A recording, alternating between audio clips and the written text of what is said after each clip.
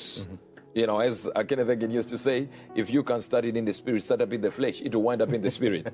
So, so when you see your spirit is in the wrong direction and really, really getting very clogged, and you're trying to get the flesh to force your spirit back there. But you were in a unique position because you recognize that. There's a lot of people that don't recognize that. Yeah, because when you are so busy doing God's work, you think you're actually talking to God. Yes. Because I would go to stadiums, healings would take place, prophecies, God would still speak through me. Yep. And I would pray that prayer that you would need to pray when you are going to a crusade. Yep. And then God wanted more time with me. Yep. And I didn't have more time with him, but I had more time for him.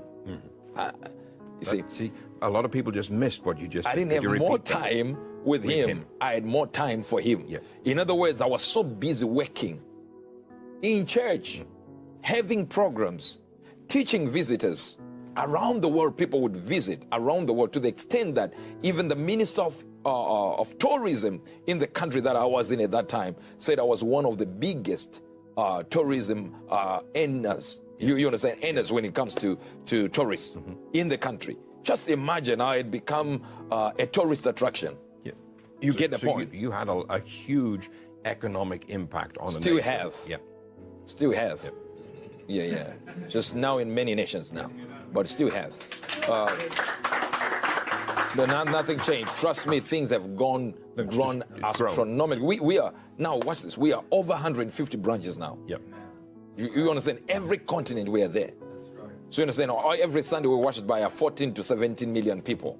That's not a small thing. It's a big thing. Yes, sir. Now, so it's not that but I wasn't getting those numbers. I was getting a certain number, but I was really, I think, looking back, I think you become big-headed without knowing you're big-headed. Yeah. You get the point. That, so with that in place, I thought, let me bring my flesh, reign in my flesh, and then force myself in the spirit. Yeah. You get the point. You know, I would say, okay, you do this for me. I'm talking to God. So you identified a need within yourself to rein in everything that was going on. Exactly. Get yourself under subjection, get yourself back under God. Yes. And move things forward. Not that I was outside of God. I was just too busy for God that I didn't have time with God. So the shift was more a personal relationship with him. Reducing my fall to with. Yeah. So less of the work, more of the intimacy. Intimacy with him, more time with him. He needed more time with me. And I thought I was actually giving more time by giving more time to his work. Yeah. You know, where everybody who was coming, I would bring them in and what do you want? No, sit here. I'm going to do this. I'm going to prophesy to you, tell you what God is saying. Everyone, people were visiting and I would sit down with them. You're getting the point. It still happens here and there, but now I give more time to God. You see, even when I'm doing a service, I think you have heard when we are live and I would say, I need to go. Yes. We have our time. Like I said before, it is something that I managed to recognize by myself and say, look, I needed a change. Like I told you, I would be in A-listers' houses, you know, shocking them with sharp prophetic acumen, so to speak, that should have been used to edify the church. Yeah. You understand? Yes. Because I was getting ululations and clap of hands and all that. And trust me, Hollywood was brilliant. Yeah. You get how everyone is calling you. This one is saying, this one is saying, this one is saying. And while he's at other times sitting with heads of state, trying to solicit 1 or 2 prophecies for election victory. So you understand. So I was using it for a lot of things. It is still to glorify God, but I called that success. But your prophetic alacrity opened huge doors for you. Exactly, but it wasn't success.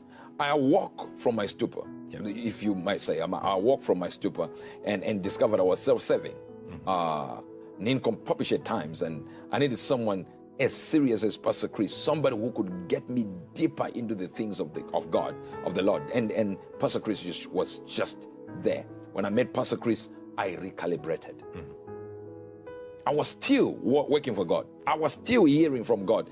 Even the prophets I was giving, they were actually given by the Spirit of the Lord. But it was like I was just too successful in the sense of, see, the Bible says, they shall, therefore, if you meditate on this word, you will have good success. You understand? So the meeting, good success. the meeting between the two of you was a truly defining moment. It was a defining moment. It was a defining moment. Trust me, I'm no longer what I used to be. Yeah. But at that time, stadiums full,